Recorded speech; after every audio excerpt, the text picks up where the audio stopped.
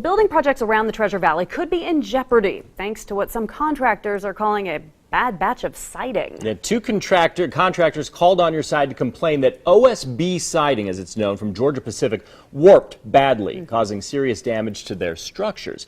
And they say, unfortunately, there's a lot more where this came from. Tonight we're on your side with what you need to watch out for.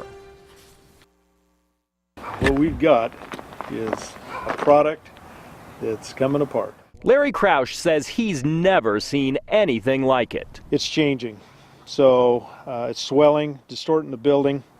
It's creating some real issues for the construction and the finished product. The walls of his brand new car restoration workshop are buckling like they came from a circus funhouse. As the wafer grew, expanded to such a point that the pressure overrode the structural integrity of the stud. Crouch says this building is worth about $40,000, and he says it's already taken about a $15,000 hit because of this problem. He says he bought the OSB siding at the Ontario Home Depot, but the product is everywhere. Ross Poole bought his OSB from the Home Depot in Eagle. And it looks fine for a day or two, and then as soon as the moisture hits it, it buckles, and it buckles so bad it pulls the studs in and out. OSB is the modern equivalent of plywood. It's like heavy-duty particle board made with chips of wood and glue, but it's supposed to be weatherproof. Have you ever seen that kind of material do that before?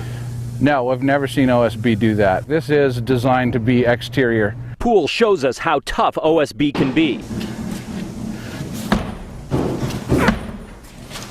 You're not taking it off. But both Poole and Crouch have found not all OSB is created equal. It buckled so bad that I've never seen this in 40 years. In the last 4 months, Crouch complained to Home Depot and Georgia Pacific. Even the Idaho Attorney General got involved, but so far, no resolution. We've been back and forth. Home Depot hasn't contacted me. I've contacted them a couple times, asked them to resolve this. GP, I've emailed them, said we need to get this resolved. In Poole's case, They're saying there's nothing wrong. the whole structure he was building must be torn apart, but he can't do anything yet.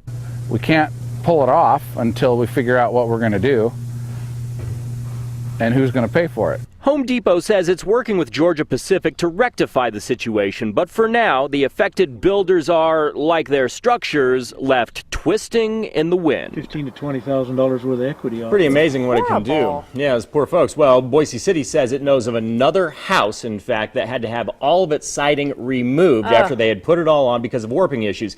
At this time, it's hard to say exactly how big this problem is. So on your side, and the Attorney General would like to hear from you if you are having similar issues. You can call Roland directly. Yeah. Okay, so why exactly is this happening? A moisture issue? Well, that's a good question. You know, Crouch thinks that the southern pine chips that are in this particular wood from Georgia Pacific may not be suitable for northern climates, but it's supposed to be weatherproof. Georgia Pacific says an independent inspector found the wood may have been improperly installed. Crouch says he denies that, and he's been doing this for 43 years. He says that he expects to meet, however, with Georgia Pacific next week, and we will keep you updated to see what happens with that. Interesting, it's not just one person.